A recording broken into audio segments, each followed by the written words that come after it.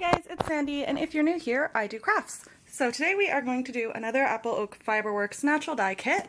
So this is Reseda or Weld, which is the oldest known dye, plant dye, according to the fun facts. So they, these kits are from Apple Oak Fiberworks, which is from Clare in Ireland. And they're excellent kits. They come with your full little instruction book. This one comes with a mordant, so this one's alum. They usually come with 1 or 2 modifiers. This one's soda ash, so I'm guessing that's how I get green. And of course, the plant stuff itself. And a fun little project bag. Also, these stickers come off the box really easily, and you just get a really good box, which might be like an old person thing, but these boxes are so good because I use them then on my shelf for craft stuff. So I am going to be dyeing 3 skeins. This is their sock base. I believe it's called Turin. It's 60% wool, 20% rami fiber, and 20% silk. So it's a plastic-free sock. The silk and rami give it the strength that a sock yarn needs, as opposed to just a wool one, unless it's being really, really high twist. So yeah, I'm excited. I throw my skeins onto zip ties when I dye because I find it's easier to handle them. That's actually something I got from Rebecca from Chemnitz. These ones are obviously reusable, so it's not like an environmental disaster. But yeah, so this one, I'm going to cold mordant the dye because I've done a few where I've hot mordanted them. Or I'm going to cold mordant the yarn where I've hot mordanted them. And especially working with like the modifiers with iron and stuff, I find things can get a bit felty because it's just a little too much heat than I know how to moderate right now. So yeah, so I'm going to get these cold mordanting. Apparently this one you also need to soak the dye stuff overnight before you make your dye liquor. So I should probably read the instructions again. Yeah. So yeah, I'll try to record more than I did in the hibiscus one because I honestly just forgot. And well, I didn't forget, it was just like things were a bit manic. So I'm going to try to record a little bit more, but if not, you'll see the yarn results anyway. It's a very easy process. Honestly, these always are very much follow the instructions and they work amazing. Okay, so I was just reading the instructions and apparently the modifier is iron, but the kit doesn't come with iron. So usually what I've been doing is I take 1 skein of just plain, 1 skein with a modifier, and 1 half and half, but I guess that's not going to happen today, so we're just going to hope I really like this yellow because I'm going to have 3 pairs of socks with it. I'm trying to think, is there anything else I could dye, but then I'm also like, no, I've kept up the kind of 300 grams, so we're going to do that. But yeah, oh, that's a bit annoying. I was excited to get, because the way the instructions work are yellow and green is the modifier, so there is no modifier in this, so it's just going to be yellow. So, oh, a bit disappointed, but what can you do? Okay, so this has been soaking overnight, and I'm a bit concerned because it doesn't look like it's all soaked, you know what I mean? So I really hope that doesn't affect my color, but otherwise, I mean, it looks interesting, it smells fine, it just smells very, like, grassy and earthy. Yeah, but anyway, I'm gonna just have some brunch, and then I'm going to start boiling this up and pop my yarn in. Okay, so here it is. This is the final product. Yes, let me see. Is that kind of, maybe. It is a lot like, I think this is maybe a bit more accurate. It is very glowy. It's very sunny. Not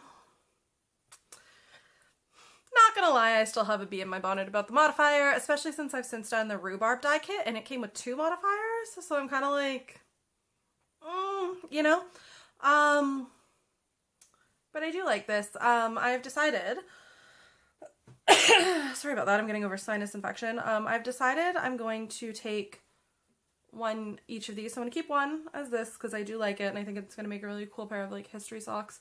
Actually it's quite a nice yellow on me. Yellow is a tough one. I feel like only like 20% of people can wear yellow and look really good, and I still don't know if I'm one of them. I'm gonna take 1, and I have some other kits that do have an iron bath, so I might borrow, like, do a second dip for iron in one with this. And with another skein, I have the indigo kit that does up to 900 grams. So I'm thinking I'm gonna save a skein, and when it comes time to do the indigo, I have obviously 3 skeins for that, as I always do. I have something else I want to dye, and I think I might mordant up and pop this guy in too and see if I can get that Lincoln green. You know, that nice like Robin Hood green. So yeah, I mean, here's the thing. I love Apple Oak Fiberwork kits. I bought literally like every wool and silk one, and this is the first one I've had like anything negative to say about it, in that I think it should have come with a separate modifier. But yeah, that's the only like bad thing I can say about it. But it was a bit like, I think because the other ones were so good, it almost made this one like that little thing disappointing. It was actually kind of cool because I was watching Outland art and I'm like, ooh, this would have been the color of their yellows, you know?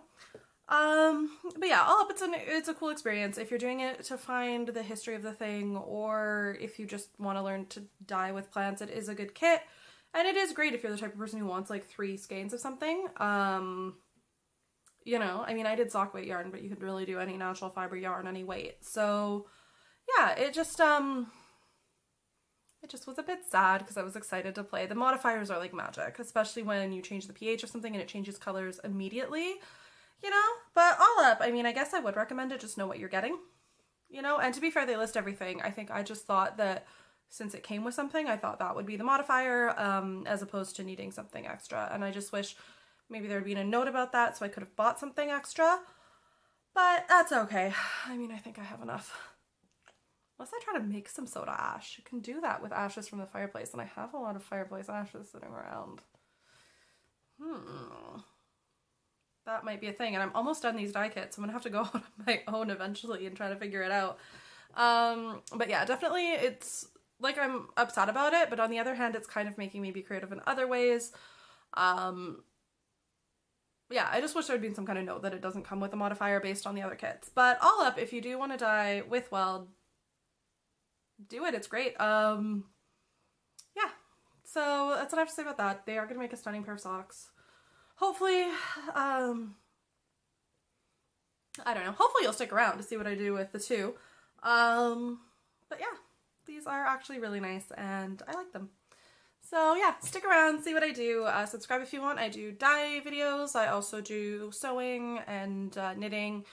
I'm trying to find like the best sock knitting pattern for highly variegated yarns, because when I work with acid, I do love hand painting. I wonder if you can hand paint with natural dye. Ooh. But yeah, so anyway, thanks so much for hanging out with me. And hopefully I'll see you again. Bye!